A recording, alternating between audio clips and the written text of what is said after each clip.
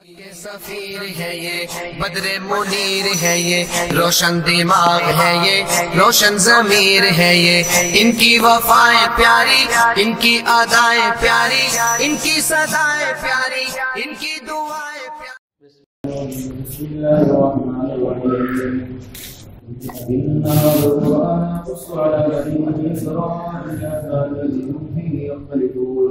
وَإِنَّهُ لَهُدًى وَرَحْمَةٌ لِّلْمُؤْمِنِينَ إِنَّ رَبَّكَ يَقْضِي بَيْنَهُم بِحُكْمِهِ وَهُوَ الْعَزِيزُ الْعَلِيمُ وَتَوَكَّلْ عَلَى اللَّهِ إِنَّكَ عَلَى الْحَقِّ الْمُبِينِ إِنَّكَ لَا تُسْمِعُ الْمَوْتَىٰ وَلَا تُسْمِعُ الصُّمَّ الدُّعَاءَ إِذَا دَعَوْا إِلَيْهِ وما أنت بهاد العمي عن ضلالتهم وتسمع إلا من بآياتنا فهم مسلمون.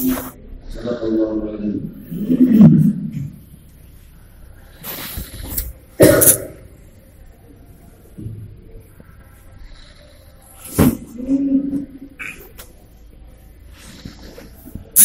پڑھی گئی آیات میں سے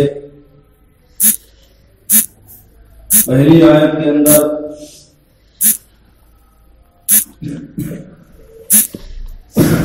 یہ ارشاد ہے کہ قرآن کریم نے بہت سے وہ مسائل اور بہت سی وہ باتیں جو بنی اسرائیل کے درمیان میں مختلف فی تھی،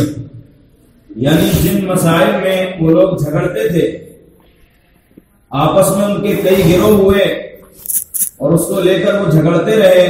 ان کا مسئلہ حل نہ ہو پایا، قرآن کریم نے آ کر ان کے مسائل کو بھی حل کر دیا۔ یہ قرآن کریم وہ کتاب ہے، اور اس کے بعد فرمایا کہ یہ کتاب ایسی ہے کہ جو سراپا ہدایت ہے اور رحمت ہے ایمان والوں کے لیے خاص طور پر۔ رہا یہ معاملہ کہ آپ علیہ الصلوۃ والسلام کی نبوت پر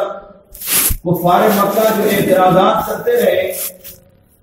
اس کا جواب اللہ رب العزت نے یہ دیا، چونکہ آپ علیہ الصلوۃ والسلام جب اللہ کے پیغام کو کفار و مشرکین تک پہنچاتے تو وہ حضرات تمام کے تمام چونکہ ایمان تو لائے نہیں اور مزید اپنی باتوں سے آپ علیہ الصلوۃ والسلام کو تکلیفیں پہنچاتے، جب حق بات کو قبول نہ کرتے تو آپ علیہ الصلوۃ والسلام کو فطری طور پر تکلیف پہنچتی۔ اس پر اللہ رب العزت نے آپ علیہ الصلوۃ والسلام کو تسلی دی اور یہ فرمایا کہ ان کا فیصلہ تو اللہ رب العزت کل قیامت میں کر دیں گے، چونکہ کفار و مشرکین ہر مذہب والا یہ کہتا ہے کہ ہم حق پر ہیں، ہمارا مذہب حق ہے، اس کا فیصلہ دنیا میں تو ہو نہیں سکتا، کیونکہ ہم کہیں گے کہ ہم حق پر ہیں، کفار و مشرکین کہیں گے ہم حق پر ہیں، یہود و نصارہ کہیں گے ہم حق پر ہیں، مجوسی کہیں گے ہم حق پر ہیں، بدھسٹ کہیں گے ہم حق پر ہیں، تو اس کا فیصلہ کل قیامت میں اللہ رب العزت اپنے حکم سے کریں گے کہ حق پر کون ہے۔ جو حق پر ہوگا اس کے لیے اللہ رب العزت نے جنت کو تیار کیا ہے، اور جو حق پر نہیں ہے، جتنے بھی مذاہب ہیں حق پر ایک ہی ہے، اور جتنے بھی مذاہب ہیں وہ باطل ہیں۔ باطل فرقوں اور باطل مذاہب کے لیے اللہ رب العزت نے جہنم کو تیار کیا ہے، لہذا باطل مذاہب والوں کو اللہ رب العزت جہنم کے اندر دھکیل دیں گے، جہنم کے اندر ڈال دیں گے۔ فرمایا ان هذا القرآن يقص على بني اسرائيل اكثر الذي هم فيه يختلفون، بے شک یہ قرآن کریم یقص على بنی اسرائیل، بنی اسرائیل پر اکثر وہ باتیں ہم فيه یختلفون جو جس میں وہ جھگڑتے تھے، آپس میں اختلاف کرتے تھے، اس کو بیان کرتا ہے، لیکن ان کے مسائل کو بھی حل کر دیتا ہے۔ وَإِنَّهُ لَهُدًى وَرَحْمَةٌ لِّلْمُؤْمِنِينَ، اور یقیناً یہ قرآن کریم کی ایسی کتاب ہے، لَهُدًى یہ سراپا ہدایت ہے، وہ رحمت اور رحمت ہے ایمان والوں کے لیے۔ إِنَّ رَبَّكَ يَقْضِي بَيْنَهُم بِحُكْمِهِ وَهُوَ الْعَزِيزُ الْعَلِيمُ، بے شک آپ کا رب ان کے درمیان میں، یعنی جن باتوں کو لے کر وہ جھگڑتے رہے مذاہب والوں کے درمیان میں، اللہ رب العزت اپنے حکم سے فیصلہ کر دے گا۔ کیا فیصلہ کرے گا کہ کون حق ہے اور کون باطل ہے۔ حق کے لیے جنت کو تیار کیا ہے، اہل حق کے لیے جنت کو تیار کیا ہے، اور اہل باطل کے لیے جہنم کو تیار کیا ہے۔ وہ العزیز العلیم، اور وہ زبردست علم والا ہے، اسے سب کچھ معلوم ہے حقیقت کہ کون حق پر ہے کون باطل پر ہے، لہذا جو حق اہل حق ہوں گے ان کے لیے جنت، اور جو اہل باطل ان کے لیے جہنم۔ فتوکل علی اللہ، آپ علیہ الصلوۃ والسلام کو مخاطب کر کے فرمایا فتوکل علی اللہ، آپ اللہ پر اعتماد اور بھروسہ کرتے رہیے، انک علی الحق المبین، یقیناً آپ تو واضح حق پر ہیں، یعنی آپ کے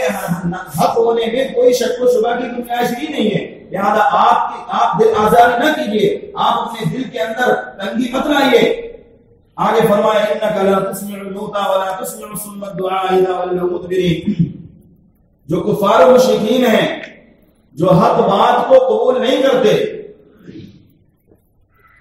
ان کی حق بات کی قبولیت کی جو صلاحیت ہے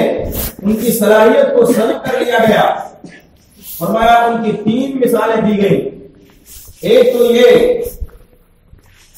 کہ یہ تو ایسے ہیں کہ جس طرح مردہ لاش ہو، ایک مردہ کو کوئی شخص سنا نہیں سکتا اپنی بات کو، اسی طرح ان کا حال یہ ہو چکا ہے، یہ مردہ اور لاش کے مانند ہیں، ان کو چونکہ ان کے اندر سے حق بات کی قبولیت کی صلاحیت کو سلب کر لیا گیا ہے، اس کو چھین لیا گیا ہے،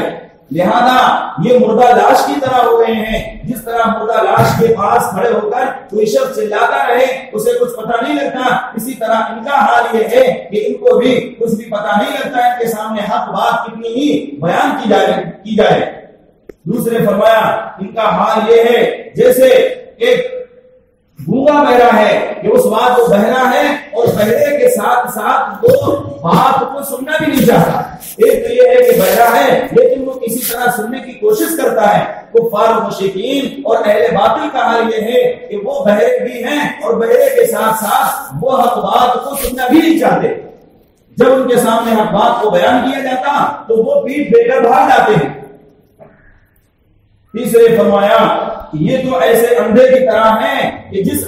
طرح آپ نابینا کو کسی اندھے کو راستہ کتنا بھی دکھلانا چاہیں آپ راستہ نہیں دکھلا سکتے، وہ تو اپنے اندازے سے ہی چلے گا۔ اسی طرح کفار و مشرکین کا حال یہ ہے کہ آپ ان کو کتنے ہی راستے پر لانا چاہیں، ان کے دل پر چونکہ مہر لگ چکی ہے، یہ اپنے گناہوں کی وجہ سے، اپنی سرکشی کی وجہ سے، اپنے تکبر کی وجہ سے ان کے اندر سے حق کی صلاحیت کو سلب کر لیا گیا۔ اب ان کا حال یہ ہو گیا جس طرح ایک اندھے کو ایک نابینا کو آپ راستہ نہیں دکھا سکتے، اسی طرح ان کا حال یہ ہے کہ آپ ان کو بھی راستہ نہیں دکھا سکتے۔ یہ آپ علیہ السلام کو تسلی دی گئی، آپ کس کو دکھلا سکتے ہیں راستہ؟ آپ تو اسی کو راستہ دکھلا سکتے ہیں، آپ اپنی بات کو انہی کو سنا سکتے ہیں، چونکہ آپ کی بات سننے کے لیے ایمان والے تیار ہیں، وہی آپ کی بات سنیں گے۔ آپ اپنے دل کے اندر تنگی مت لائیے، کیونکہ آپ علیہ السلام جب کفار مشرکین کو دعوت دیتے تو جب یہ انکار کرتے تو آپ علیہ السلام کو بہت زیادہ دقت ہوتی، پریشانی ہوتی، آپ روتے گڑگڑاتے۔ اس پر اللہ رب العزت نے مختلف انداز سے آپ علیہ السلام کو تسلی دی ہے۔ اس کے اندر بھی اسی طرح تسلی دی گئی کہ آپ ان مردوں کی طرح جو ہے، جو قوم ہے، جو کفار مشرکین ہیں، آپ ان کو نہیں سنا سکتے۔ فرمایا انک لا تسمع الموتى، بے شک آپ لا تسمع الموتى، مردوں کو نہیں سنا سکتے، ولا تسمع الصم الدعاء اذا ولوا مدبرین، اور فرمایا نہ آپ بہرے کو سنا سکتے ہیں، ایسا بہرا کہ اپنی بات نہیں سنا سکتے، اذا ولوا مدبرین، جو پیٹ پھیر کر بھاگ جاتا ہے، وہ بات سننے کے لیے تیار بھی نہیں ہے۔ ایک تو بہرا ہے، بہرے کے ساتھ ساتھ وہ کسی طرح کوشش بھی نہیں کرتا۔ فرمایا وما انت بهذا العمي عن دلالتهم، اور نہ تو آپ بهذا العمي اس اندھے کو راستہ دکھلا سکتے ہیں، عن دلالتهم، جو دلالت و گمراہی میں جو راستہ بھٹکا ہوا ہے، آپ کتنی ہی کوشش کرنا چاہیں اس کو راستہ نہیں دکھا سکتے، وہ اپنے اندازے سے ہی چلے گا۔ فرمایا ان تسمعوا الا من يؤمن بآياتنا وهم مسلمون، آپ تو صرف ان کو سنا سکتے ہیں الا من يؤمن بآياتنا، وہی لوگ جو ہماری آیات پر ایمان لے کر آئے ہیں، ہماری آیتوں پر ایمان لے آئے ہیں اور جو فرما بردار ہیں، آپ اپنی بات انہی کو سنا سکتے ہیں۔ لہذا جو آپ کا کام اللہ کا پیغام پہنچا دینا ہے، آپ اللہ کا پیغام پہنچا دیجئے۔ جو قبول کرے گا اس کے لیے اللہ نے جنت تیار کی ہے، اور جو قبول نہیں کرے گا اس کے لیے جہنم تیار کی ہے۔ آپ اپنی دل آزاری مت کیجیے، آپ پریشان مت ہوئیے، آپ غمگین مت ہوئیے۔ سبحان اللہ.